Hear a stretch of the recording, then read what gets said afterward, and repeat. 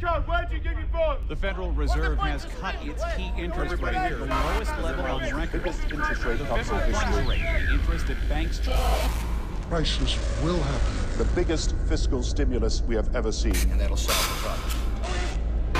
We're in the midst of a serious financial crisis, and the federal government is responding with decisive action.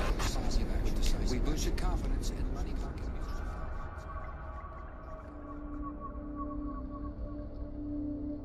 market. Have you taken a large home loan?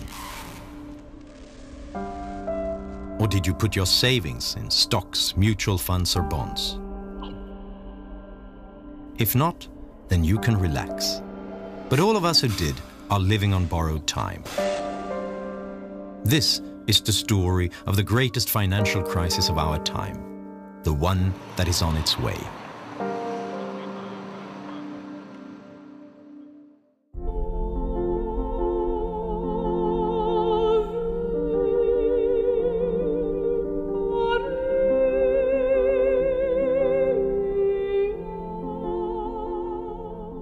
They spent hundreds of billions of dollars to show that they were doing something, but not properly designed and not as effective as it should have been.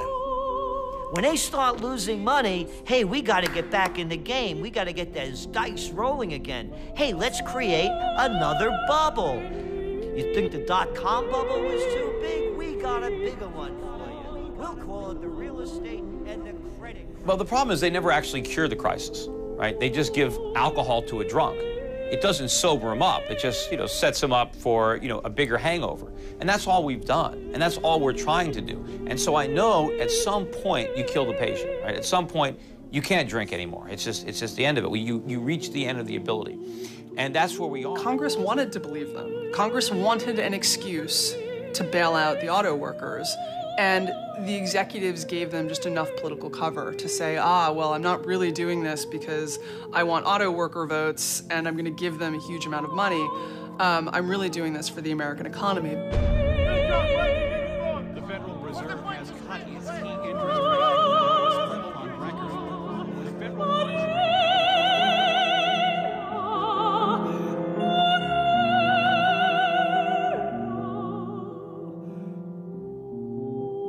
So the solution is the problem. That's why we had a problem in the first place. And this is the danger in protecting investors and consumers from the consequences of their own decisions.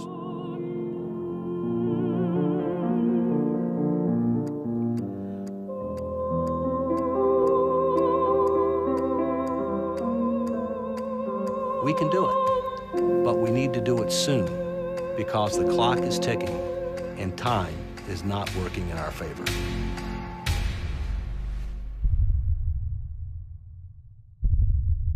I know many Americans have questions tonight. How did we reach this point in our economy? And what does this mean for your financial future? These are good questions, and they deserve clear answers. And they deserve clear answers. First, how did our economy reach this point?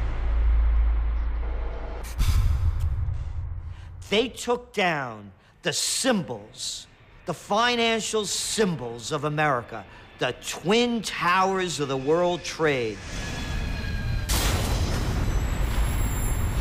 Today, we've had a national tragedy. 2 airplanes have crashed into the World Trade Center.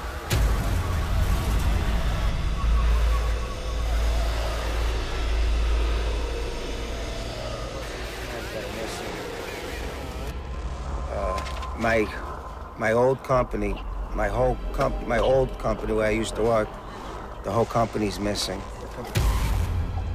The story of the great financial crisis begins, just like many of the stories of our era, in the United States on September 11th, 2001. The terrorists knew exactly what they were doing, striking at the ultimate symbol of the global economy. And they did it when the US was already slumping into a recession after the dot-com bubble had burst. Despite the tragic events of September the 11th, the foundations of our free society remain sound, and I am confident that we will recover and prosper as we have in the past.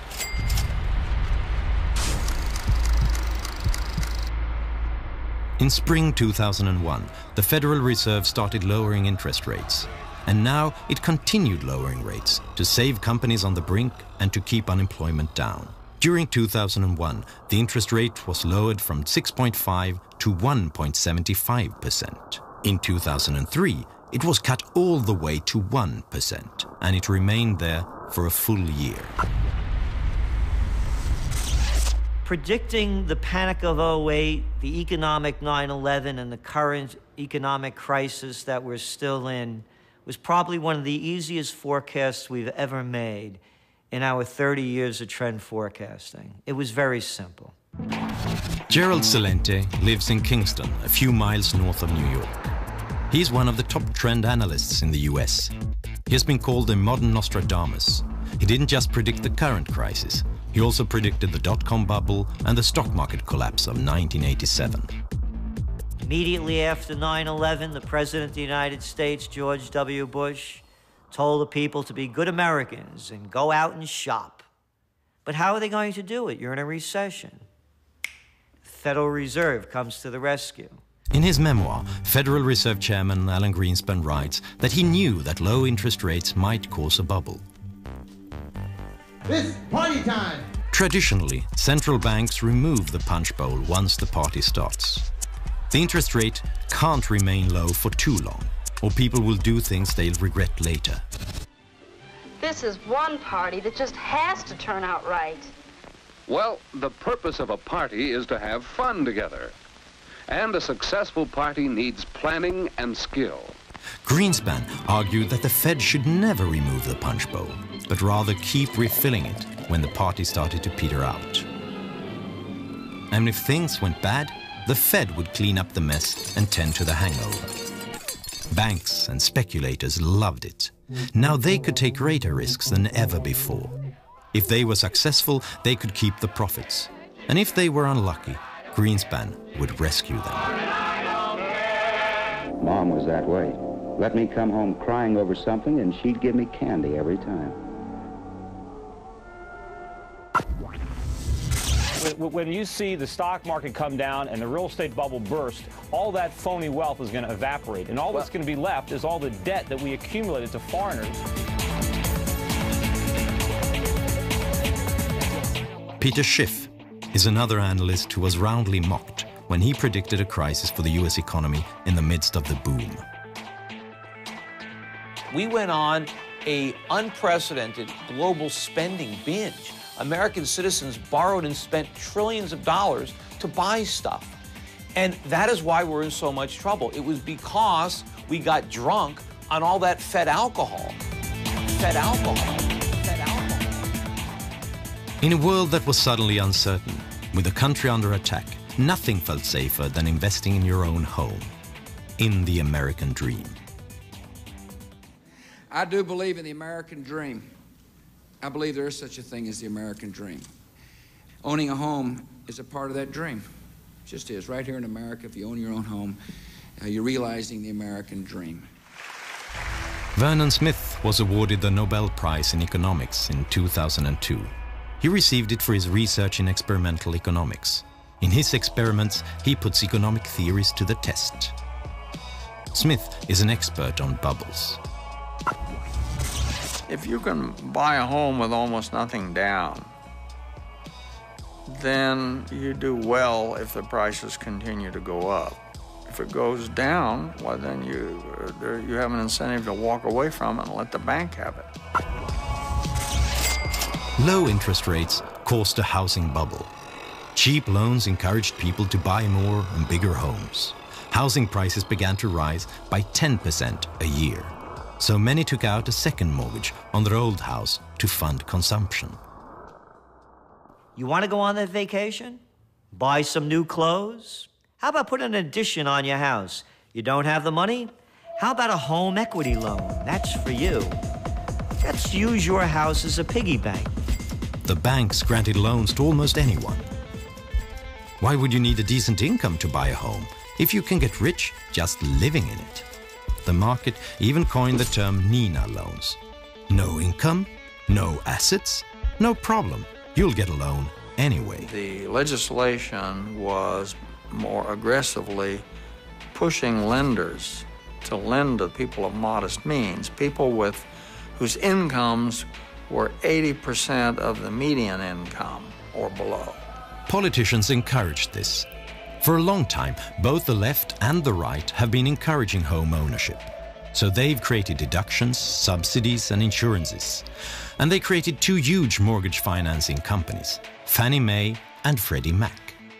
Their job was to use thousands of billions of dollars to insure loans for people who couldn't get them on the open market.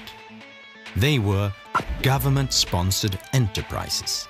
They had private owners, but they had been created by Congress, and their transactions were guaranteed by the government.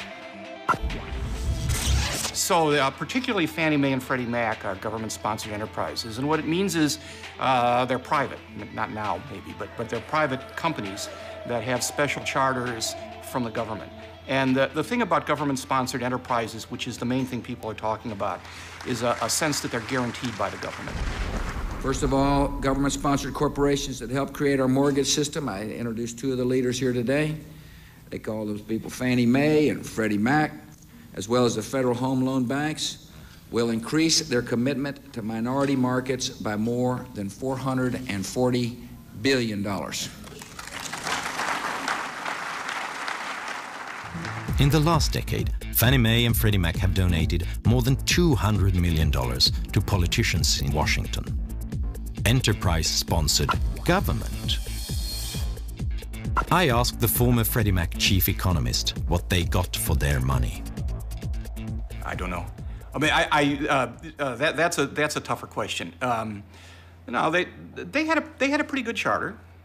They were regulated in a spotty way. In many ways, the regulatory structure wasn't that bad. But it was the case that the regulatory structure was a compromise.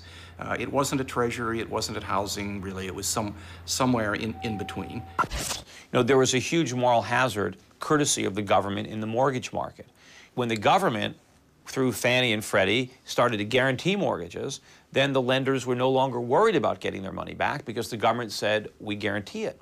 And so that's why I've proposed and urged Congress to fully fund the American Dream Down Payment Fund. This will use money, taxpayers' money, to help a qualified low-income buyer make a down payment. Well, greed has to be balanced with a certain amount of fear, and that's what down payment rules are all about, and amortization rules, is to keep people from carried away by, as you say, the greed of expecting to become rich by buying a home and reselling it at a higher price. And that's important. If one of the barriers to home ownership is the inability to make a down payment, and if one of the goals is to increase home ownership, it makes sense to help people pay that down payment. This is the problem, the moral hazard. We gave a moral hazard to home buyers. Once you say that you can buy a home with no down payment, all of a sudden there's no risk to the borrower. He doesn't care if he overpays, because if the house keeps going up, he makes money. If it stops going up, the bank loses the money. You know, we have moral hazards in our banking system. The U.S. government guarantees all bank deposits. Well, what does that mean? That means that depositors don't care what the banks do with their money once they deposit it, because they know the government guarantees it. And the federal government obviously has to play an important role, and we will. We will. I mean, when I lay out a goal, I mean it. Why are they doing that? Why can't we let mortgages be financed in the private sector? The reason is because the private sector would not finance these crazy mortgages, and real estate prices would have to come down to levels that people can actually afford. How can you promote home ownership if people can't afford the home? The big banks dared to make riskier loans because they had started repackaging loans and selling them to others as securities. They sold them to each other, to Fannie Mae and Freddie Mac, and they sold them to Norway, to Germany, and to China. If the loans turned bad, someone else would end up with a hot potato. I guess we're a little early. What do you want to do? Anything but inspect this temple of capitalism. Oh, Nick. Look at them. Their eyes popping out of their heads, drooling over the very things that are taking away their jobs.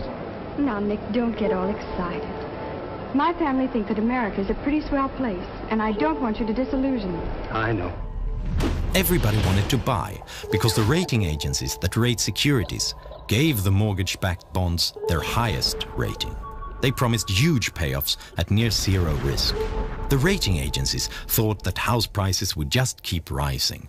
And then there was that minor detail that the rating agencies were being paid by the sellers of the securities. And I think the process was corrupted. First of all, the government licenses Moody's and Standard & Poor's. So there's only a few companies who are authorized to rate these bonds. So it wasn't really a free market. The government was in bed with Moody's and with Standard & Poor's. But also you had this perverse relationship between Wall Street and the rating agencies where they were paying the rating agencies to rate the products that they were structuring.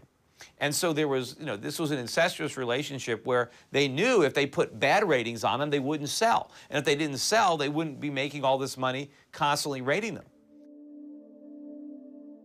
They were great days, but it was all based on a market on steroids. Loans were cheap enough to keep driving housing prices up. But when interest rates returned to normal levels in 2006, the spell was broken. But for one person, the future was still bright. Ben Bernanke, Alan Greenspan's successor as Federal Reserve Chairman. Tell me, what is the worst case scenario if, in fact, we were to see prices come down substantially across the country? Well, I guess I don't buy your premise. It's a pretty unlikely possibility. We've never had a decline in house prices on a nationwide basis. People could no longer get new loans to pay off the old ones. Those who had been given a mortgage despite a very low income couldn't afford to stay. The prices started falling, making the mortgage-backed securities increasingly worthless. There's not much indication at this point that subprime mortgage issues have spread into the broader mortgage market, which still seems to be healthy. The rating agencies removed the high ratings from the securities. Investors who never looked beyond the ratings suddenly didn't know what they had bought. They didn't know how risky those loans were. Overall, the U.S. economy appears likely to expand at a moderate pace over the second half of 2007, with growth then strengthening a bit in 2008 to a rate close to the economy's underlying trend. The dominoes started falling. Investors stopped buying mortgage-backed securities and refused to lend to those who depended on them. Investment banks like Bear Stearns and Lehman Brothers suddenly couldn't get new loans to stay in business. Fannie Mae and Freddie Mac could no longer hide the disaster. The financial crisis started in a way that is eerily similar to today's situation. It started with an economic crisis in the US and a government that responded decisively. After 9/11 and the dot-com collapse, the US government decided to save the economy by inflating a new bubble.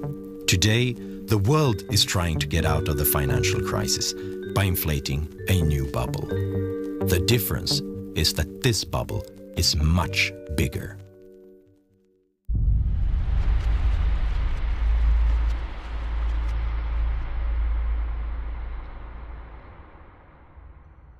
After they did the dot-com bubble, and that burst, and they reinflated it with the real estate and credit crisis bubble, and then when that burst, now they've created the bubble of all bubbles. And it's not only the United States, this is a global bubble. They're all into it.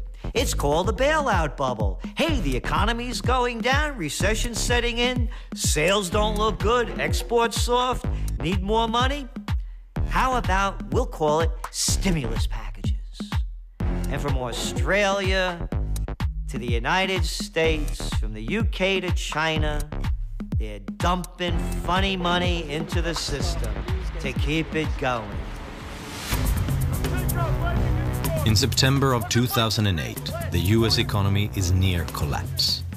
Fannie Mae and Freddie Mac have been taken over by the government. On September 15th, giant investment bank Lehman Brothers goes bankrupt after monumental bets on real estate. AIG, the largest insurance company in the world, collapses the next day. Fear sets in. It seems like anyone can fail. Suddenly, banks no longer dare make loans to companies or each other. Experts warn that the economy is about to collapse. This CBS News special report, a presidential address to the nation. From CBS News headquarters in New York, here is Katie Couric. Good evening, everyone. President Bush asked the networks for this television time so he could talk directly to you about a national crisis. Some of this country's major financial institutions are in danger of collapsing under the weight of bad mortgages, and that would be devastating for the entire economy. We are in the midst of a serious financial crisis, and the federal government is responding with decisive action.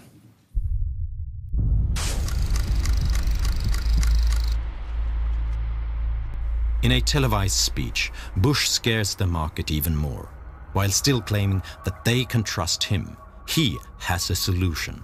Under our proposal, the federal government would put up to $700 billion taxpayer dollars on the line to purchase troubled assets that are clogging the financial system.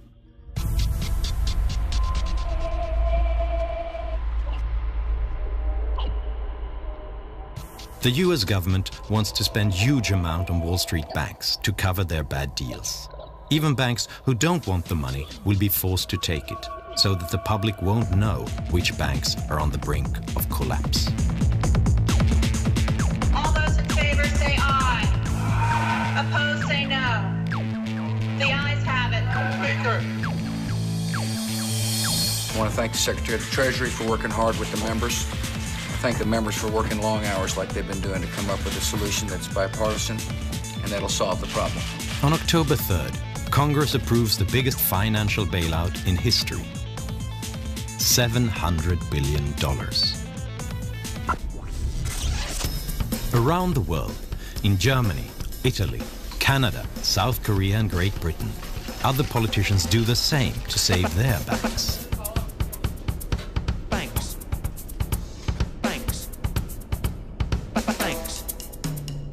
We've taken the right, the decisive and the tough decision that was necessary to protect the stability of the financial system and to protect the depositors. David Walker was US Comptroller General from 1998 to 2008. He quit because he was so worried about the US economy that he wanted to have the freedom to warn about what may happen. In my view, the bailout was necessary in certain regards, but in many cases, we wasted a lot of money because we didn't do three things. First, have clearly defined objectives about what we were trying to achieve. Secondly, have criteria established up front as to who would get the money and who wouldn't get the money. And number three, have conditions established up front as to what they could and couldn't do with the money.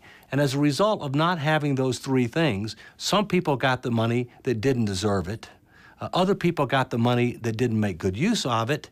And as a result, we had a lot of waste with regard to taxpayer money. What would it mean if the domestic industry were allowed to fail? You heard Senator Stabenow, so I won't repeat other than to say... As a result of the crisis, the situation for the US auto industry became critical. On November 19th, their CEOs fly to Washington to demand money. The executives came out and they said, if you don't do this, we are going to see a jobs holocaust. They issued extremely high estimates of how many jobs would be lost that included counting every single company that supplies them with anything. That's why this is all about a lot more than just Detroit. It's about saving the U.S. economy from a catastrophic collapse. A month later, President Bush gives billions of dollars to General Motors and Chrysler. The money comes from the bailout package that was really only designed to save the financial industry. Now some U.S. auto executives say that their companies are nearing collapse and that the only way they can buy time to restructure is with help from the federal government. Megan McArdle is a financial analyst for The Atlantic and has written extensively about the problems of the U.S. auto industry. Congress wanted an excuse to bail out the auto workers, and the executives gave them just enough political cover to say, well, I'm not really doing this because I want auto worker votes and I'm going to give them a huge amount of money. I'm really doing this for the American economy. But if you look at how much money we gave them, I mean, you're talking about almost $100 billion is how much we will end up spending on this. You know, even if you were saving millions of jobs, it would have been cheaper to give every single one of those people $100,000 to go out and, you know, find a new job. The big guys on Wall Street, they can't take their losses. They're crybaby capitalists. Oh, they preach capitalism for everybody but themselves.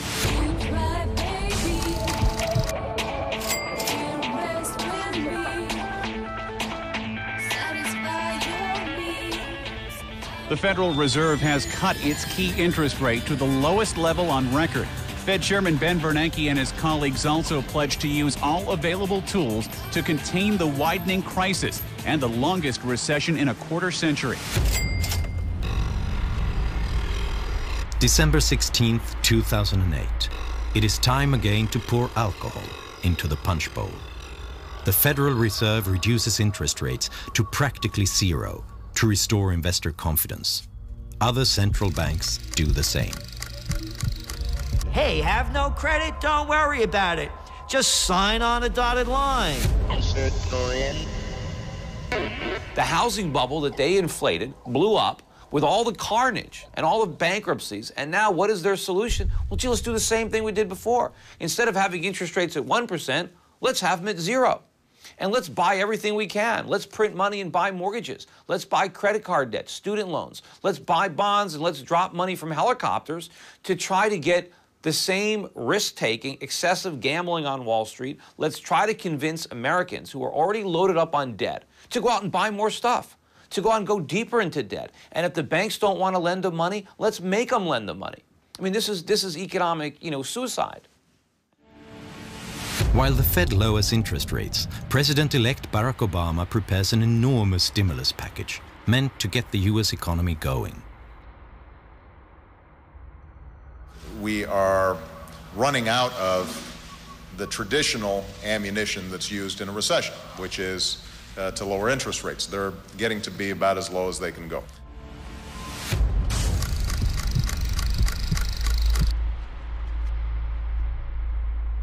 The American Recovery and Reinvestment Act that I will sign today, a plan that meets the principles I laid out in January, is the most sweeping economic recovery package in our history. On February 7th, 2009, Obama approves a stimulus package worth $787 billion. With the Bush stimulus package from the year before, U.S. politicians have now spent close to $1 trillion to stimulate the U.S. economy. The money is spent on roads, airports, education, unemployment, and other benefits. There's a bureaucracy in everywhere. And, in Italy, they used to say where I'm from, when you have a jar of honey, you lick your fingers.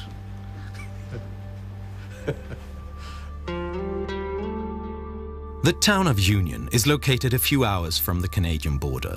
This is where the computer company IBM got its start and grew to be the biggest in the world. The factories are now empty, but the town has acquired a small town rhythm. So there was surprise when $600,000 from the stimulus package arrived to combat homelessness. On occasion, our police officers may run across someone and they try to, take the person to an area where the individual can get some shelter and get something to eat, but it's not a problem here. This is Rodeo Drive in Beverly Hills, probably the world's most famous upscale shopping district. It was here, for example, that Julia Roberts went shopping in Pretty Woman. Stimulus money has made its way here as well. These streets are to be repaved to the tune of $1 million. Sure, there are potholes in the asphalt, but is this really the economy that needs to be stimulated? We had a $787 billion stimulus bill, but only about 1/3 of it was truly stimulus. By that I mean timely, targeted, and temporary. The other 2/3 were things that people wanted to do, had been wanting to do for a long time, but they didn't want to have to pay for it. They wanted to do it as part of emergency legislation and charge it to the national credit card. The Johnstown, Pennsylvania airport has 3 scheduled flights a day. Other than that, it's quite empty. When you have the flights coming, that's when the people are here. Right.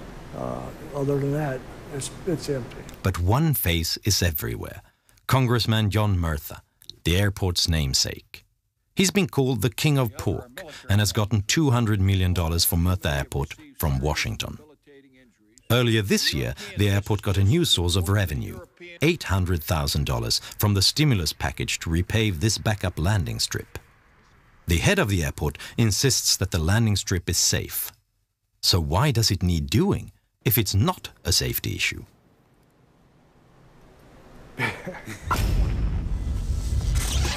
Because of the steps we've taken, this plant is about to shift into high gear.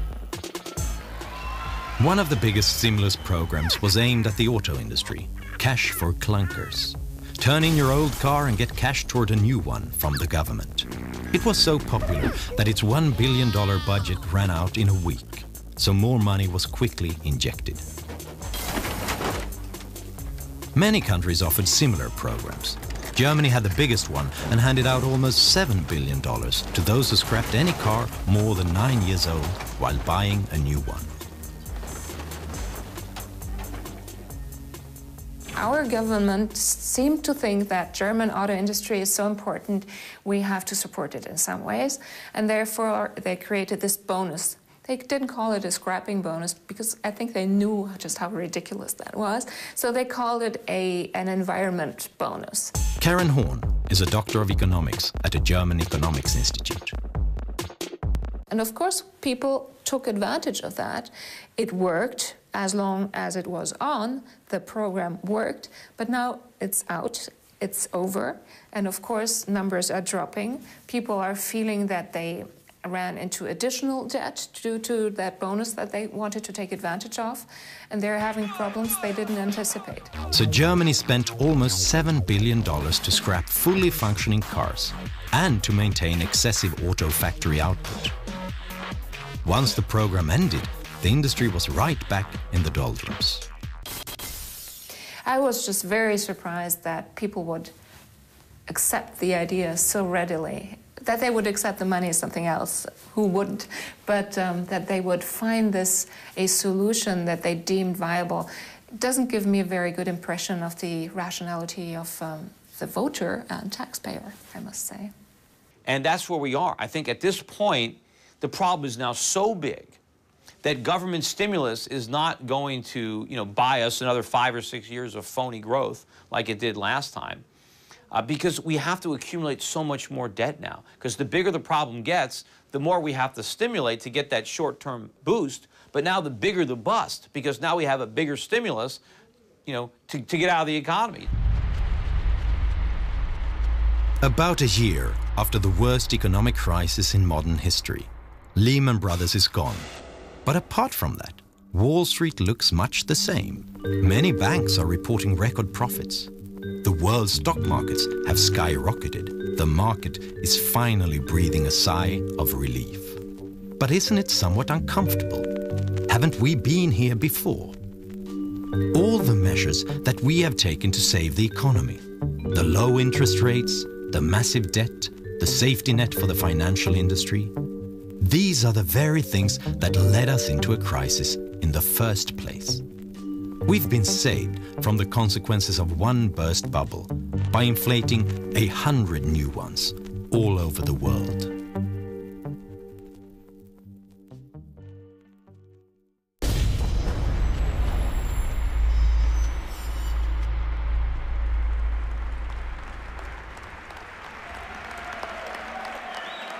One year ago, I took office amid 2 wars, an economy rocked by a severe recession, a financial system on the verge of collapse, and a government deeply in debt. Experts from across the political spectrum warned that if we did not act, we might face a second depression. So we acted, immediately and aggressively. And 1 year later, the worst of the storm has passed. Viens avec moi à l'hôtel d'amour. L'amour est partout. L'amour est pur et libre. Réaliser tes rêves à l'hôtel d'amour.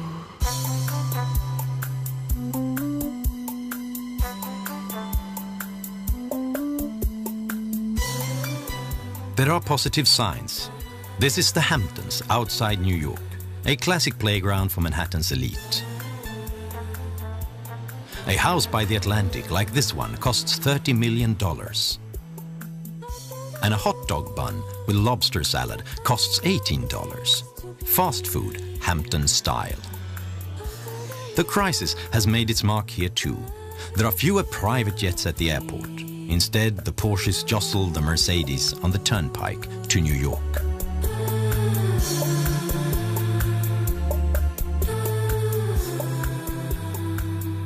New York City, Washington, D.C., and Los Angeles, California don't represent the real world. They also don't represent the real part of America, the so-called Main Street of America. My tax money go to Beverly Hills. Well, there's a lot of money in Beverly Hills. I don't think they needed my money than they. But that's a different world. That's not a reality, you know, than that.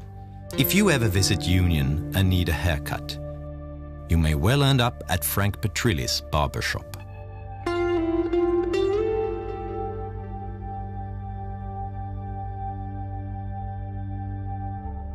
But unfortunately, a lot of people lost their homes because they lost their jobs. And they're not living the life that one time were able to do it. A lot of the young people, especially educated, they try to move, go out of town. But I believe no matter where they go, the situation is the same all over. Where they're going to go, Detroit? Now listen, son. I wasn't going to tell you this, but you're the reason we came here all the way from Indiana. You've heard all the talkers. Now I'm going to show you the doers.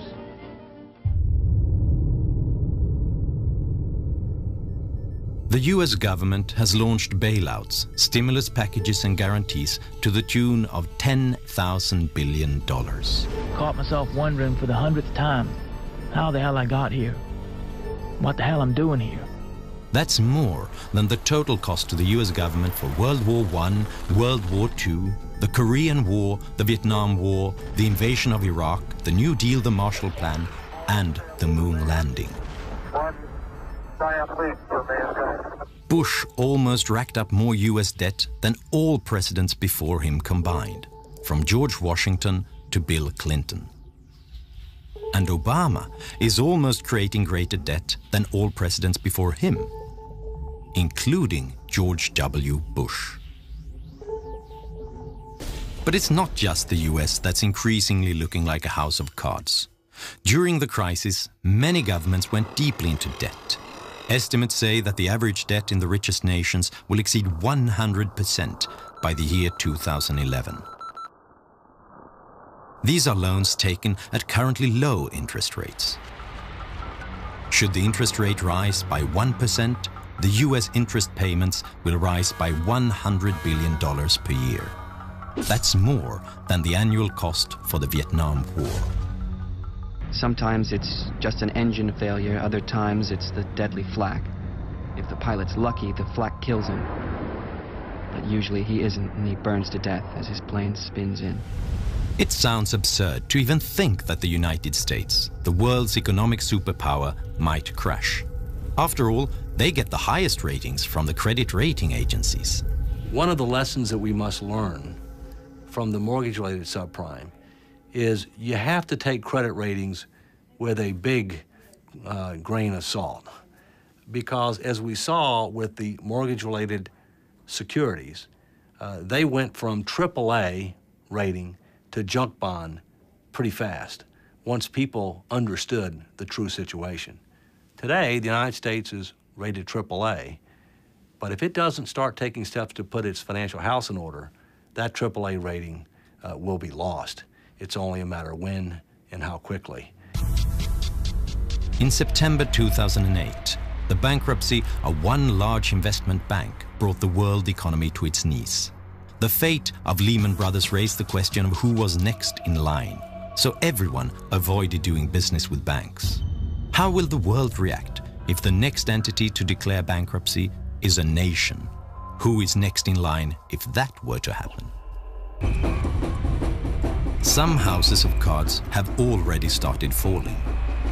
This is Iceland, until recently one of the richest nations in the world. When the crisis hit, the Icelandic banks collapsed. The Icelandic stock market crashed, leaving the debt with a small population. For the first time in 50 years, this peaceful country saw riots.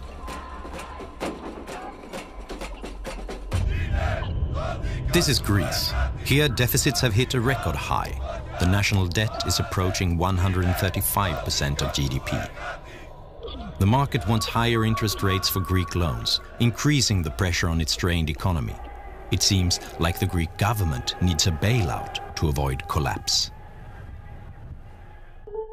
Italy, Spain, Portugal, and Great Britain are other EU nations with similar problems. What about my country, Sweden? The country's finances are fairly robust. Our national debt and deficit are lower than that of most nations. But Sweden is highly dependent on the world economy. More than half of our prosperity is based on exports. When other countries crash, we get hit almost as hard. And Swedish housing prices have risen during the crisis, despite the recession and despite rising unemployment. But because of low interest rates and a government mortgage company, SBAB, making loans easier to get. Swedes have never carried more debt in relation to their income. Doesn't all of this sound very familiar? We have new bubbles everywhere, so I am pretty worried about what's going to happen. If you don't want bubbles to burst, then don't blow them up in the first place, because all bubbles burst. If enough things can go wrong, some of them probably will.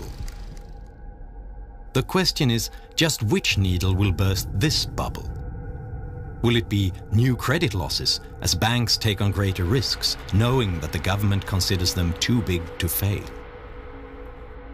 Or falling stock prices as interest rates rise and the steroids wear off? Will it be the Chinese economy overheating? Or will it be a collapse of confidence in the US dollar?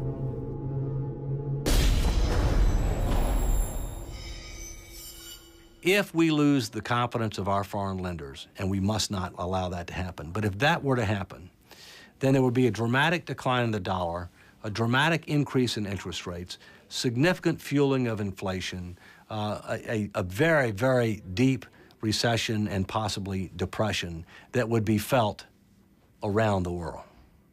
We must not allow that to happen.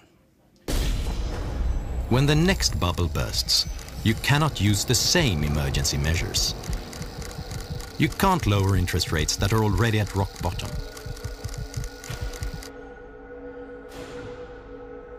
You can't stimulate the economy with borrowed money if an excessive national debt is the cause of the crisis. The governments could save the banks, but who can save the governments?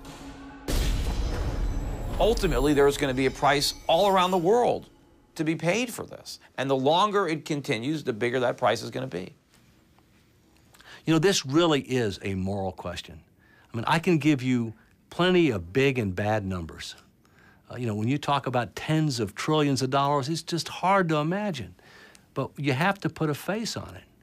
And to me, I put my children's and my grandchildren's face on it. It's their future that we're mortgaging. When we tell people that there's going to be a bailout bubble, and they see the world equity markets up 50, 60%, they don't want to believe that it's another bubble. They want to step right up back to that table and throw their dice and try to win their hand at the wheel of fortune that Wall Street's spinning. So people still don't want to believe that the worst is yet to come.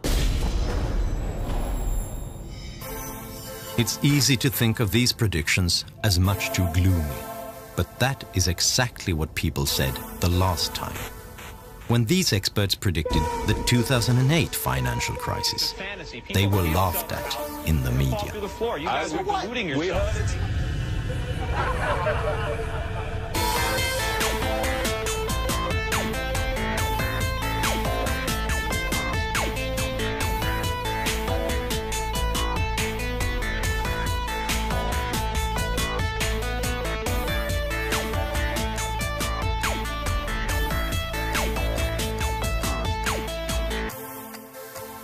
We can do it, but we need to do it soon because the clock is ticking and time is not working in our favor.